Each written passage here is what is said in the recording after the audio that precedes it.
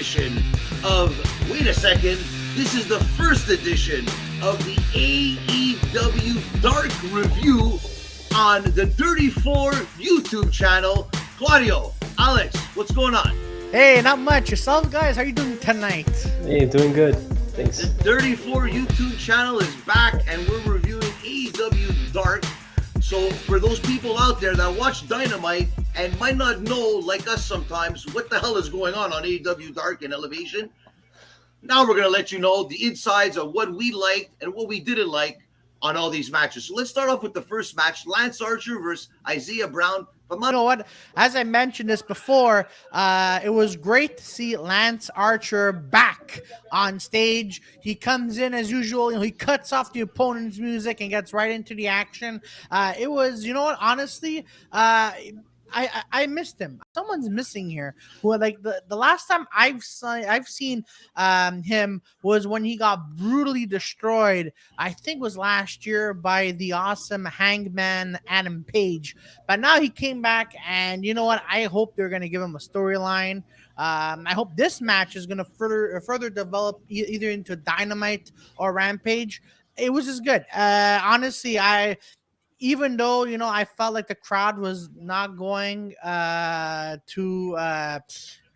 his side, I felt, but still, it was still good to see, you know. But you know, he has to do something with his hair. But apart from that, it was great. I hope they develop this guy. I hope he comes back to, as I mentioned, Dynamite.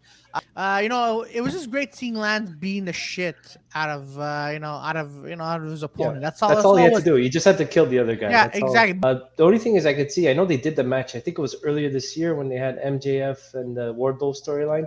I can see maybe Lance Archer's, you know, facing either Samoa Joe or Wardlow on a future Dynamite or Rampage for one of those titles. Or pay-per-view, who knows? But hopefully he does come back and do something, because the guy's he's a monster. He is. Compare him to Wardlow.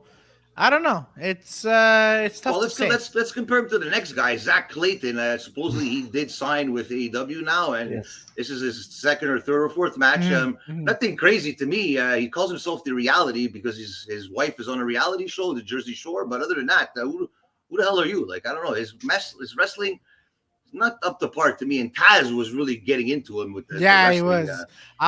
He should lock in better and do this, and Taz was on fire with him. I'm like, man, you know what? I want to see Taz doing a roast battle with the wrestlers he does not like, and just have him for like an hour, just let it go. I'm like, this would be amazing. But enough of that. All right, let's go to the next match. Who do we have? Athena versus Alexia Nicole. Do you guys know anything about Alexia Nicole? She's pretty a well-known wrestler in the Canadian Indies, especially in Ontario. Even Ontario and Quebec too. She's floating around. And I wouldn't be surprised if she's really good friends with Jody Thread, which is a little weird. What do you guys think about, like, very quickly? What do you guys think about that Jody Thread Athena thing? Did you think it was a little too rough? I think Athena was a little rough, because if you see after the match, spoiler, Athena won.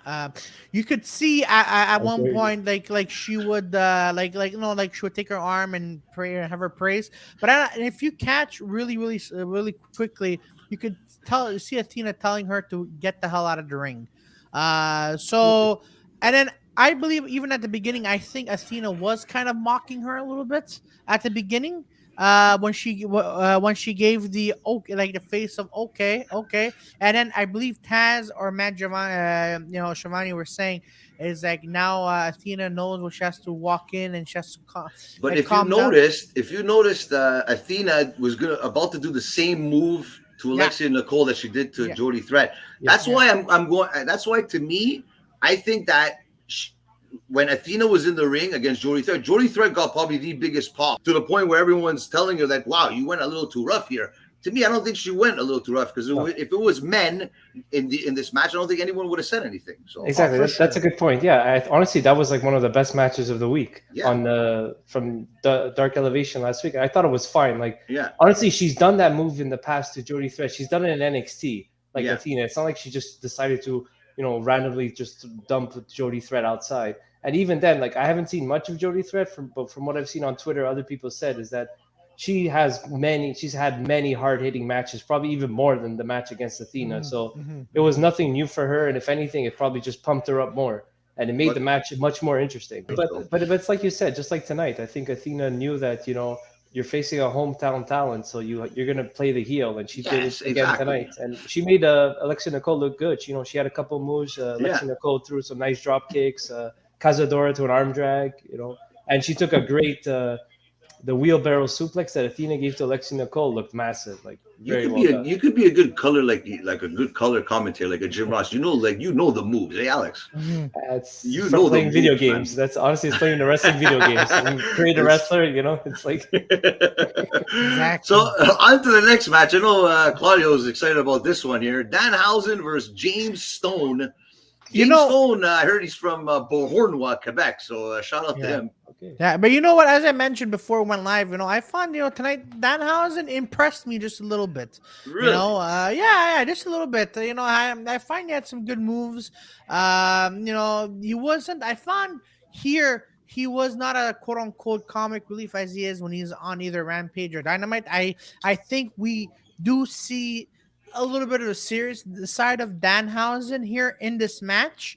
But again, I went into this thinking, Danhausen is probably going to win this, and Lord and behold, he won this. But hey, he impressed me a little bit. So Danhausen, if you're listening to this, you have the potential. This guy has the potential of being a really good wrestler, but it's his gimmicky comedy thing, that goofiness that throws me off. Do you think he'd be a better off in a tag team or like by himself like he was tonight? Because I think with Danhausen, I agree, he's better as a group than solo, but I mean, he's already sort of in the best friends with Orange Cassidy, kind of. Sort of, but he's not doing much. No, I know, but I mean, I can honestly see him being like a trios champion, Danhausen. That's like the level I think. Yeah, exactly, and it has nothing to do with the outcome, right? Just because he's in that, exactly, he's part of the because group. He's not there to win fucking championships and go on a Jade Cargill run and that's it. But honestly, like whatever TV time he gets, he maximizes it. Like he always gets a pretty big reaction. Yeah, that's it. Yeah. Yeah, so I mean, look, whatever 2 minutes he's there, he still gets a good. James Stone, I think he hit him that one shot there. Everyone was booing him and everything. Yeah, exactly. Yeah, just to say, like, there's crowd reaction. Their crowd is behind them, like it or not. Now we had Aaron Solo versus Serpentico. Luther from Canada. Shout out to Luther, Canadian guy, with Serpentico and Aaron Solo. I forget. I know JT QT Marshall was at ringside during the match. Did he come out with him or he came out after, right? He came out after. So the announcer mentioned that QT Marshall is not going to be coming out. Yeah, he's not here tonight. But then everyone's like, okay, whatever.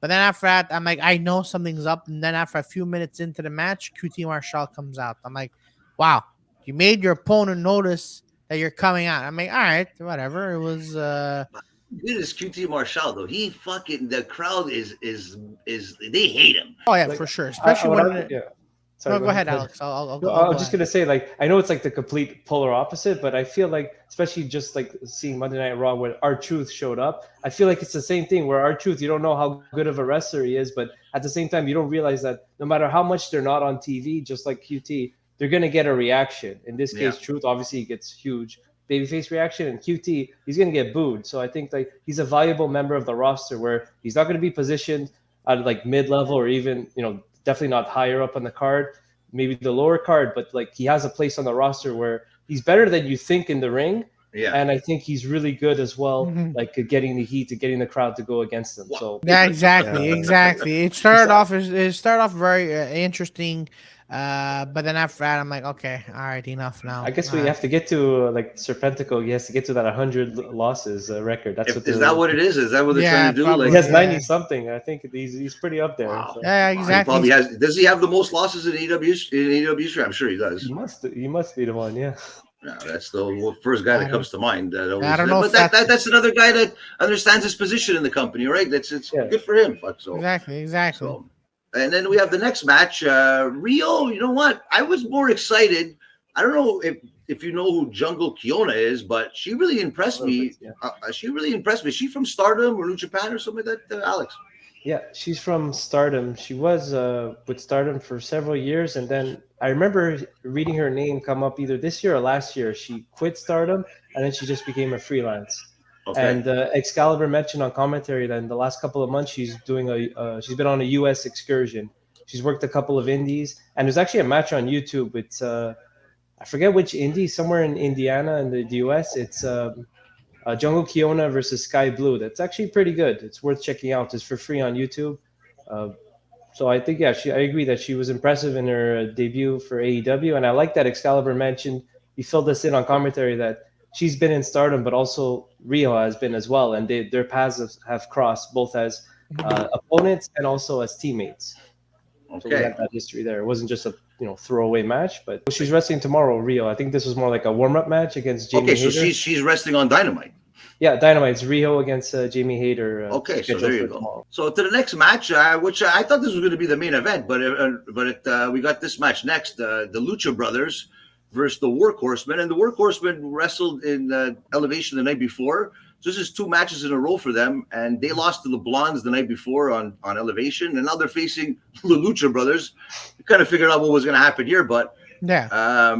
Besides them losing the match, I honestly am very impressed with the big guy, JD Drake. Yeah, he can move for a big guy. Holy shit! Yeah, I was just gonna mention that. Yeah, he can move for a big guy. I was impressed. And that's another team too that you know what, I'm willing to take losses against these teams to make them look good, and let's see what happens here. So I don't know, and then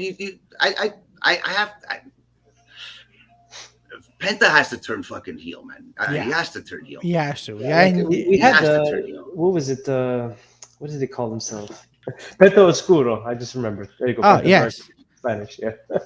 Just come out like that. Like, be a killer. That's what we need to see. I think all 3 of them, we talked about Death Triangle, just need to be killer heels that, like, they don't have to use freaking hammers. They just beat the shit out of you. Just like because it can be confusing to the audience too. You have Pac that's a natural heel, and you have Penta and fucking Ray Phoenix that are in that same group and faction, and they're obviously baby faces. They're getting cheered and everything, but not doing anything heelish so far. But maybe tomorrow we'll get to see maybe Penta will turn heel again in that match against Jon Moxley. Who knows? We'll see. Maybe I hope that's where it's going.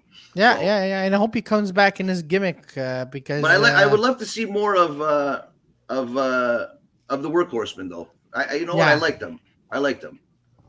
Yeah. And now the next match we had Serena Deeb and Emi Sakura versus Casey Spinelli and Taylor Rising. Casey Spinelli was security on SmackDown or Raw a couple of weeks ago in Edmonton or Calgary. And then she was security. I'm pretty sure she was one of the security guards with Jeremy Prophet last week on Rampage as well. Yeah, she was on Rampage, but she was even on SmackDown in Montreal. She was even on SmackDown as well. Yeah. Officer, yeah. And we got to see Emi Sakura. Emi Sakura, I laughed yesterday. That little tea time thing that she did there was pretty funny there. But that's the Japanese wrestling there. It's like I don't know. It's a little weird to me, but I don't know. It was pretty entertaining. Yeah. It's pretty entertaining to me. She's a good wrestler. Don't get me wrong. Emi Sakura is a very good wrestler as well. Serena Deeb, that's two. It's AEW Dark and Elevation back to back. So I think she's going to be doing a little run here again. Hopefully it's for a title here because the last couple of times she's gone for a run, she's lost to the champion. So I don't know. What do you guys think about Serena Deeb in this match here?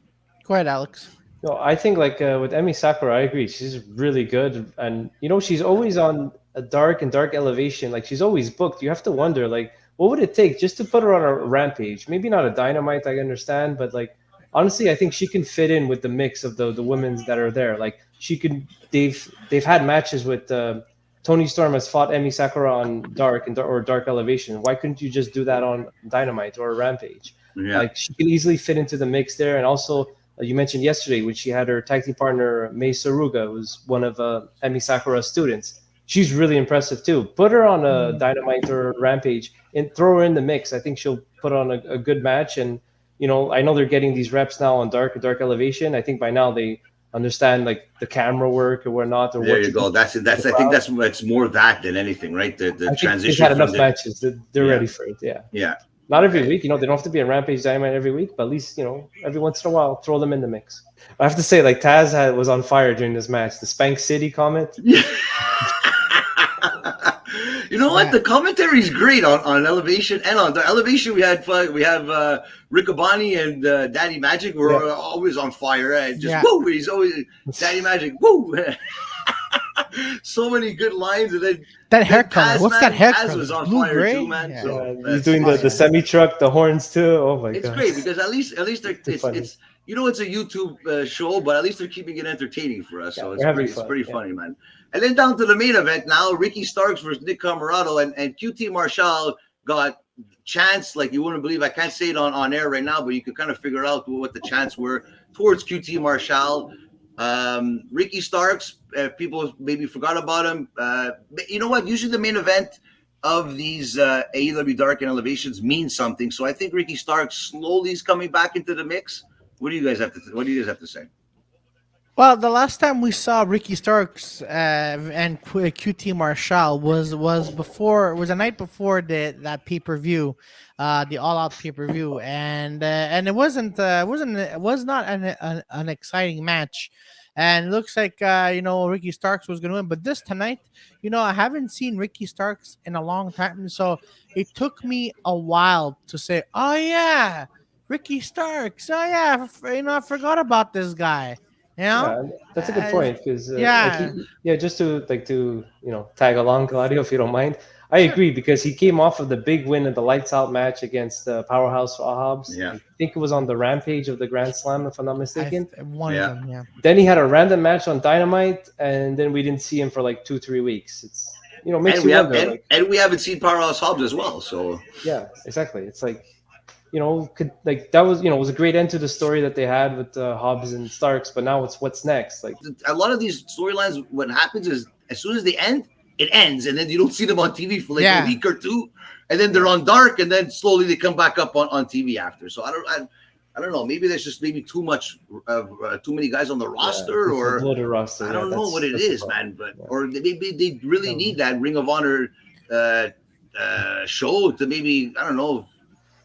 They have to do something, man. A lot of guys are on the shelf here, and they're not getting shown on TV. It sucks. I know. I was thinking the exact same thing. I'm like, oh man, like tonight, like most of these, like even Nick, like even his opponent Nick Comoroto. Nick Comoroto. I'm like, I haven't. You know what? Give him. He has the look. He looks like a savage. Exactly. Do something with the guy. Fuck. Looks like a body order savage. Do something with this guy. Fuck. I don't know, man. Exactly. I think you're wasting his talent and his. I don't know, man. Like if it's Aaron Solo, I get it. There's a million and one guys like that, but to have the physique and girth of fucking Nick Comoroto, Jesus Christ! Use the advantage. Make the guy fucking smash everybody. Fuck. No, was Nick Comoroto on Dynamite or Rampage a few times? He's had a couple of matches here and there, but like he hasn't won matches, but he's part of the factory and that, and he's part of that crew there. And I don't know, man. I think a Jeremy Prophet would be a lot better in that position than a Nick Comoroto. That's just my fucking opinion, but hey. But you heard it here, folks. Any predictions for tomorrow's match before we get out of here with this AEW Dark recap here? What do you guys think? The new champion tomorrow, Penta's going to pull it off? No way. No, I don't think so. No way. What's going to happen? Jon Moxley all the way. Yeah, I think. As Alex mentioned, Moxley is going to win. And either that or Moxley's going to be he's going to get tired of this and just pull out Penta's mask, and I hope Penta turns heel. I hope if you lose the match, turn heel in some capacity. I hope sorry, go ahead. I was gonna say I hope there's gonna be no other accident like last week. Yeah, definitely. Don't say that now every time. Fuck For Penta, I think kind of what you said, Frank. Maybe somehow the finish of the match is gonna lead to a little bit of arguing with Pac and Penta. Not that they're going to break up, but just the fact that Pac's gonna be like, you see, I told you you need to cheat in order to win. Because you decided not to cheat, you lost against Moxley. Maybe we're gonna have something like that. So that we're gonna see the hammer tomorrow. I think Pac's gonna try to throw it in, and then maybe something like that. You never know. Did you already watch Dynamite already? Or, that sounds pretty. I have the book. I have the notepad here. That sounds pretty good to me. But who knows? But let us know where we can find you, Alex, for all the viewers out there. Sure. So I'm on Twitter at AlexDElite1, and as well find me on the Dirty Four, Joe Fo in the Ring, and every Wednesday night for a Dynamite review. Popped up on the 34 in the Bank, being interviewed by Claudio Capri. So thank you very much for that. Yeah, that's where I'll be. So. And Mr. Comedy, what do you have to say? Where can they find your beautiful face? Yeah, so Thursday night is going to be Laugh the busiest night man in entertainment here. Yeah, I hope so.